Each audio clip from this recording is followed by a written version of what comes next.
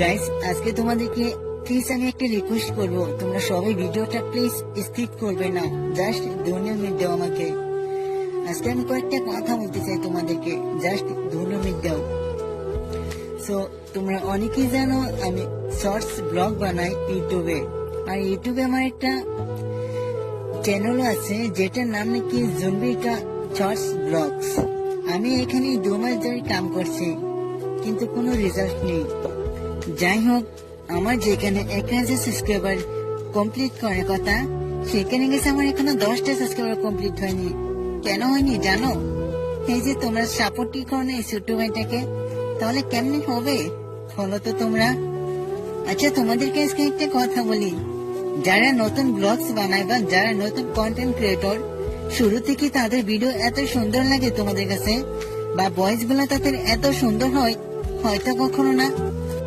যাই হোক, হয়তো আমি জানি ভিডিওটা অনেক লম্বা হয়ে যাচ্ছে তোমাদের কাছে, তবে আরেক মিনিট কথা বলে চলে যাব।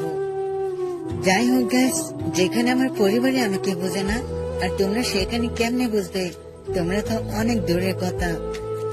একটা ছেলে যদি বয়সটা 18 বছর হয়, আর সেই ছেলেটা যদি সোশ্যাল মিডিয়ায় কাজ করে কিছু না করতে পারে, তাহলে তোমরা কি জানো সেই ছেলেটার উপর কত চাপ আসে? বাইরের মানুষ কত হাসি ঠাট্টা করে। একটা ছেলের বয়স যখন 18 থেকে 25 বছর হয়, তখনই ছেলেদের ইনকাম করতে হয়, আর সেখানে তো আমি বেকার হয়ে বসে আছি ঘরে। আর এখন তোমরা একটু বলতে পারবে আমাকে সেখানে কত হাসি ঠাট্টা করেনি আমাকে?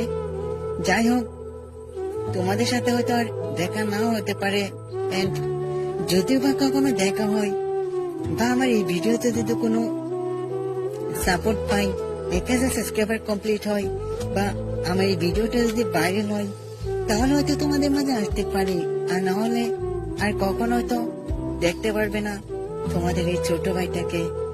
এন্ড আমি জানি ভিডিওটা অনেক লম্বা যাচ্ছে, তাই এখানে শেষ করে দিচ্ছি। এন্ড ভালো থাকবে সবাই, নিজের খেয়াল রাখবে, তোমার মা বাবাকে ভালোবাসবে, এন্ড নিজের পায়ে দাঁড়ানোর জন্য পরিশ্রম করবে। হয়তো আমি হেরে যাচ্ছি এই সোশ্যাল মিডিয়ায় সাপোর্ট না পাওয়ার জন্য। ভালো থাকবে, নিজের খেয়াল রাখবে। Thank for watching.